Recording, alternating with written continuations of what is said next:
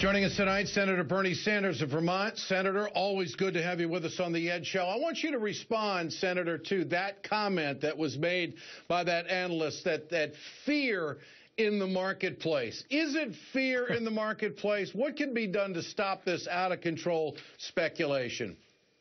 Well, Ed, as I'm sure you know, the price of gasoline at the pump has gone up by more than $1 a gallon in the last 5 years. And yet there is more supply today than there was 5 years ago and less demand. So if you had a normal functioning market with supply and demand, the price should go down. What the oil companies always do is if it rains, they raise prices. If it snows, they raise prices. If it's sunny, they raise prices. If there's disturbance any place around the world, they raise prices. The fact of the matter is ExxonMobil made $9 billion in profits the first quarter of this year. But the real story is that the oil futures market is not controlled by people who actually use oil. It's controlled by Goldman Sachs, Morgan Stanley, and other Wall Street speculators. And their function, Ed, needless to say, is to make as much money as they can by speculating.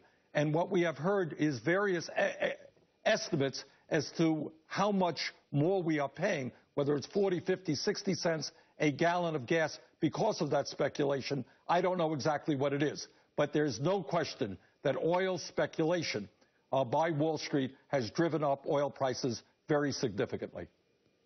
Well, Senator, you introduced a bill in the Senate last year that is similar to the one that failed in Congress in 2008. Would that be a game changer? Would your bill change things? Well, right now, what we have seen in recent years is that the percentage of the oil futures market controlled by Wall Street has soared. We think that it is about 70 to 80% of the market now controlled by Wall Street, not people like airlines or trucking companies or oil fuel dealers who actually use the oil, but Wall Street, which is speculating on it. What our legislation does, and it now has 20 co-sponsors in the Senate, it's been introduced in the House. What our legislation does is break up the amount of control that any one company can have. And that would, in my view, drive speculation down significantly and result in lower prices at the gas pump.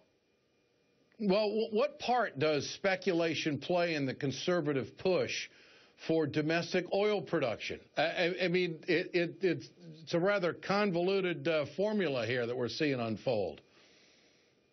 Well, I think you raise a very, very important issue. Ed, you know, for those people who say, well, look, we need to produce more and more oil because the more supply we have, the lower the cost will be to the consumer. Sadly, that's just not the case.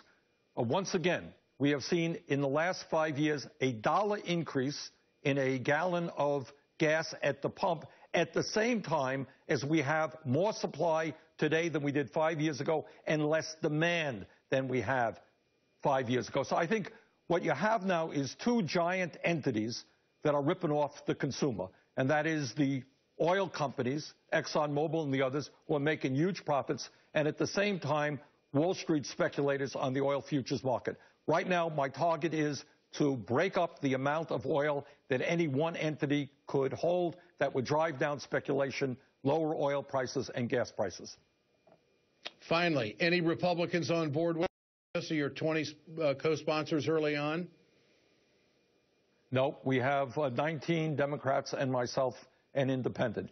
But I would hope, especially as people do more driving during the summer, that the pressure builds on Congress to do something about these outrageously high gas prices. Yeah, well, they're using Iraq to do all of this and what they say, the uncertainty in the Middle East, yet we're pumping more oil than we ever have. Senator Bernie Sanders, great to have you with us tonight, sir. Thanks so much. Yeah. Okay. Yes, sir. Take care. Yes, sir. Go ahead. Go ahead. Well, I was just thinking somebody should write a book. Somebody should write a book about all the excuses that the oil companies give for raising prices. It'd be a very funny book. It would be a very funny book. And they also ought to put a chapter in there as to why BP isn't paying for the damage that they did in the Gulf, which is another story we'll bring you back on. Thank you, Senator. Appreciate your time tonight. Still ahead, it's time.